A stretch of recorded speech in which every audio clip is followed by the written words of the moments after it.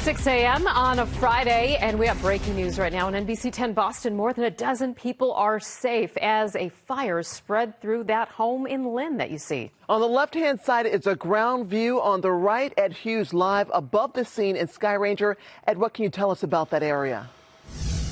Hey, good morning, LaToya. This fire broke out around 4 o'clock this morning, and as you said, the good news is it had two families with several children that were involved with this. All made it out safely, so again, that is good news, but firefighters still on the scene here. You can see here, flames still shooting through the roof here, right around the chimney area, as Matt said, and that is right now, the winds are not that bad. They are calm, so that's not really a factor at this point, but right now, this is 93 Warren Street. Warren Street's going to be shut down within this area. We have plenty of fire trucks there. Again, no reports of any injuries as firefighters continue to work on this fire. We'll keep you up to date. Reporting live over Lynn, I'm Ed Hughes, NBC10 Boston. All right, Ed, thank you so much. A really stubborn fire right there. We do have a crew on the way to the scene. We'll bring you more live reports in just a few minutes' time. Absolutely. We turn now to your first alert weather with a warning about black ice this morning. Chief Meteorologist Matt Noyes has it. Matt. Yeah, it's a heads up for you. There really hasn't been any during the overnight, but the concern that I'm looking at is the moisture's increasing in the atmosphere right now. It has been since about 3 o'clock this morning. So some developing black ice between now and about 7:30, and then you kind of get past that time.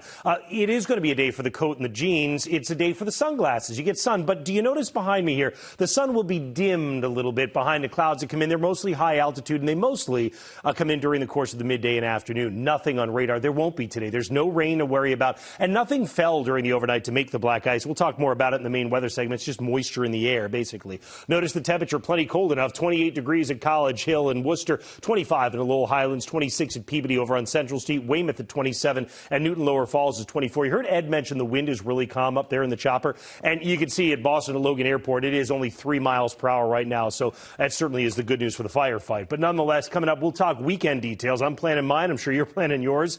Let's see when we should plan out for. I have 2 storm chances next week. One of them has prompted me to go ahead and put a first alert on the 10-day for the potential of some real good, significant impact, but we'll get to that. Let's get over to Alessa. Alessa, what's the latest out there on the roads? Just watching one problem spot right now, Matt. If you're traveling south of town, you can see that red on the map right there. That's by the Braintree split. 93 northbound here by Route 37. I'm actually hearing about 2 separate crashes right in the same spot. So if you're heading out that way, at least one lane there is blocked.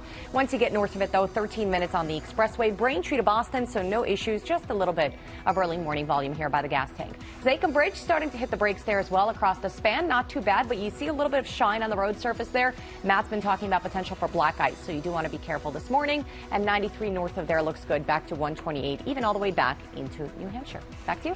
All right, thank you so much, Alessa. FDA advisors recommend emergency use of Pfizer's COVID-19 vaccine. Yeah, this is now the final step before the FDA gives the final okay. So let's head live to Cambridge. Jeff Saperstone is there for us. And Jeff, tell us more about the details, the steps moving forward now.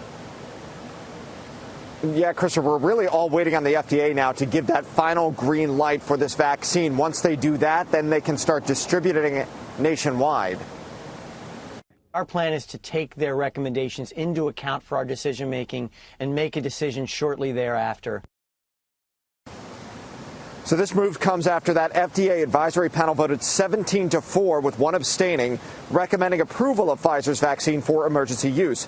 3 Boston doctors were on that committee. One of the members told me yesterday before the meeting that the data was very positive. Once the agency signs off, millions of vials will immediately move from a Michigan plant to hospitals and distribution centers across the country. So here in Massachusetts, once the state receives its first shipment, about 59,000 doses, the vaccine will be released in 3 phases. Healthcare workers who treat COVID patients, those in long-term care homes, and first responders, they will get it first. Phase 2, between February and April, will be people in critical industries like teachers and grocery workers, as well as people over 65. Then in April, it will be given to the general public. So we're really all waiting on the FDA at this point. When they will make that final decision, it will come in a matter of hours at some point today, and then again, within 24 hours, that vaccine will be distributed nationwide. For now, we're live in Cambridge. Jeff Saperstone, NBC10 Boston. All right, Jeff, thank you. Right now, more communities here in Massachusetts are considered to be high risk.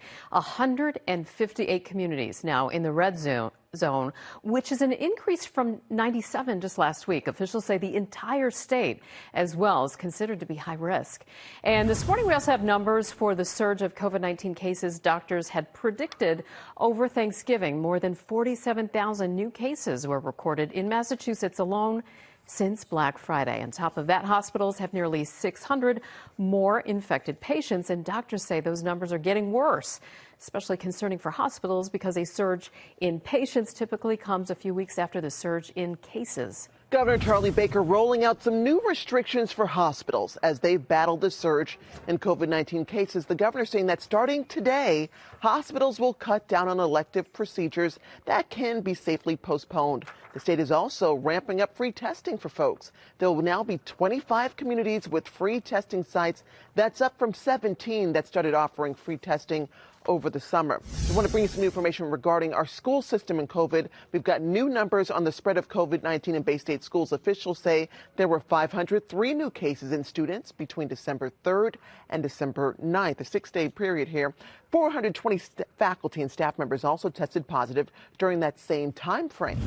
And with COVID cases steadily climbing in Boston, Mayor Walsh says everything is on the table, including a reopening rollback. In the meantime, though, schools are busy making plans to get kids back in class. 4 schools already host high-needs students. That number will jump to 32 next week for a total of approximately 1,700 students. The mayor says the current plan is to open all grades in phases. We're going to be laying out in the course of the next couple of weeks our hopeful plan to start school in January and getting our kindergartners through 12th grade into school. The mayor says now is not the time to let down your guard. In fact, he added there should be no holiday parties or social gatherings at this time. For the latest on the pandemic and vaccine distribution plans, just head to our website, NBC10Boston.com. We'll have much more information on the outbreak in each state and weekly totals here in Massachusetts. Let's talk about the police reform discussion that's really been swirling all across Massachusetts. Governor Charlie Baker is now asking lawmakers to change a sweeping police accountability bill before he signs off on it. Baker wants lawmakers to do a couple different things. First, remove a proposed ban on police using facial recognition technology.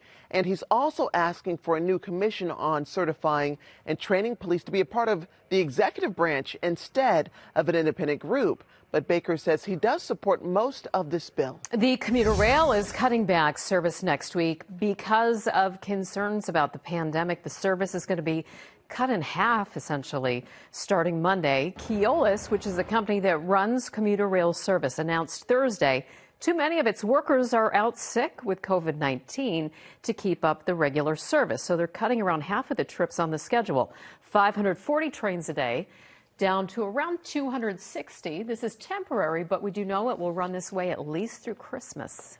The New England Patriots, they turned in a disappointing performance following Sunday's blowout win. The team lost really badly last night to the LA Rams and were dominated on offense and defense. Rams running back Cam Akers had a career night. Pats QB Cam Newton struggled. He was sacked 4 times and threw an interception. The final score in this one, almost too ugly to say, 24-3. And it really impacts the Patriots' chances of sneaking into the playoffs.